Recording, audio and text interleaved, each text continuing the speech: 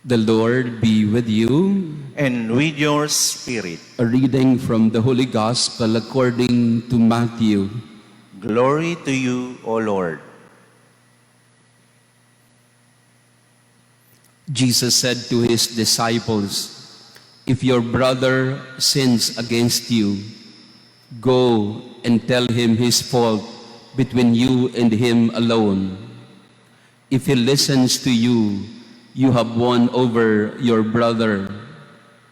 If he does not listen, take one or two others along with you, so that every fact may be established on the testimony of 2 or 3 witnesses.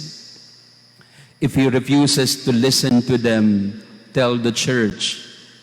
If he refuses to listen even to the church, then treat him as you would a Gentile or a tax collector.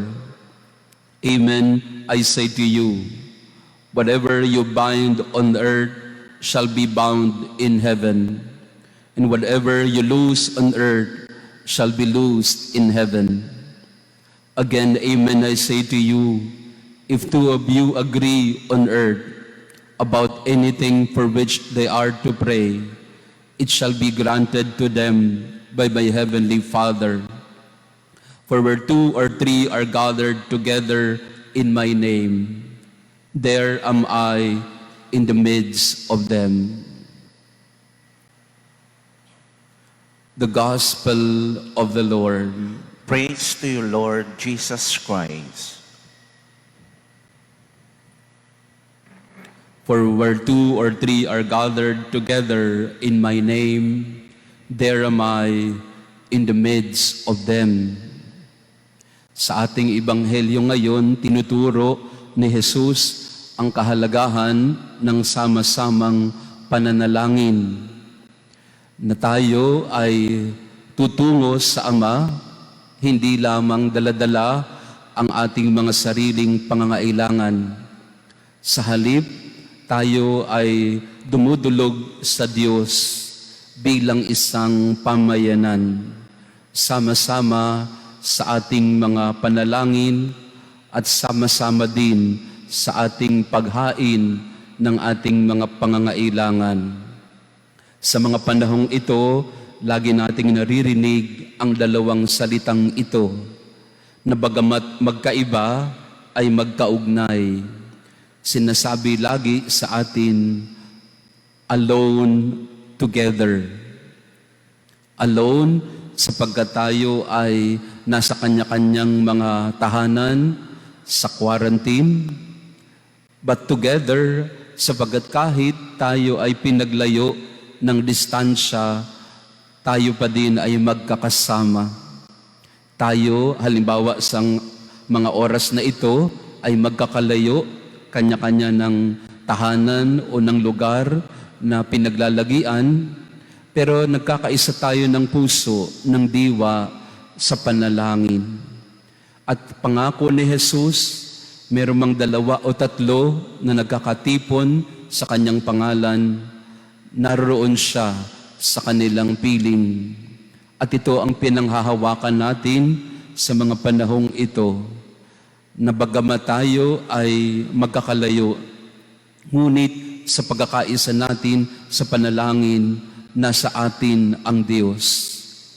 Pero yung ating pagkakaisa ay hindi ibig sabihin noon na tayo ay hindi nagkakaiba. Our unity in prayer does not mean that we are the same or uniform. Unity is not the same as uniformity. Yun naman ang binabanggit sa unang bahagi ng Ebanghelyo. Naman minsan nagkakaroon tayo ng pagkakaiba-iba ng opinyon. Nagkakahati-hati tayo sa iba't ibang pananaw o kaya sa mga pag-uugali. Kaya nagkakataon din na nagkakasamaan ng loob. Ang payo ni Jesus sa kanyang mga alagad at ang payo din sa ating lahat, pagka may hindi pagkakaunawaan o pagkakaintindihan, mag-usap. Sa unang antas, personal na mag-usap. Kung hindi kakayanin kayong dalawa, humingi ng tulong sa maaaring makadinig ng inyong hindi pagkakaunawaan. Idulog sa simbahan o sa pamayanan.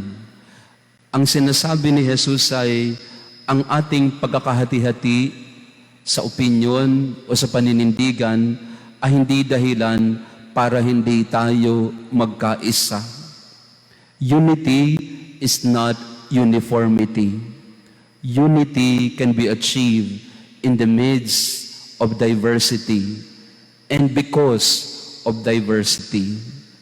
Ito ang ating pananaw sa ating pananampalataya na ang hindi pagkakaintindihan hindi dapat mauwi sa pag-aawayan o pagkakahati. Sa halip, ang hindi pagkakaintindihan sa anumang antas ng ating buhay, ng ating pag-uugnayan, ay dapat dadaanin o pakikinggan ang isa't isa.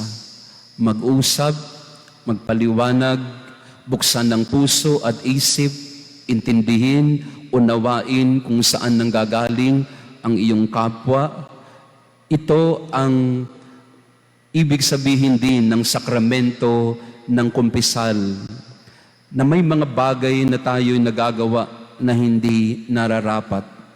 Ngunit hindi sarado ang pintuan ng puso ng Diyos para tayo ay patawarin, para tayo ay ibangon sa ating mga pagkakamali. Sa ating ebanghelyo ngayon, binibigay sa atin ang paalala tungkol sa pagkakaisa. Pagkakaisa sa panalangin, pagkakaisa sa ating pamumuhay, sa pagbubukas ng puso sa isa't isa, sa pagpapatawad at pagbibigay ng panibagong pagkakataon. Listening to each other will go a long way in forging unity in our communities.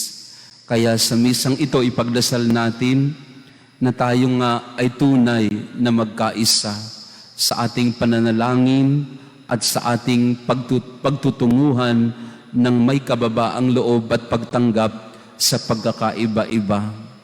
Hindi naman perpekto ang ating buhay, hindi naman tayo pare-pareho, iba-iba ang ating mga pananaw, ngunit hindi ibig sabihin, hindi na tayo pwedeng maging isa sa diwa, isa sa pangarap, isa sa panalangin.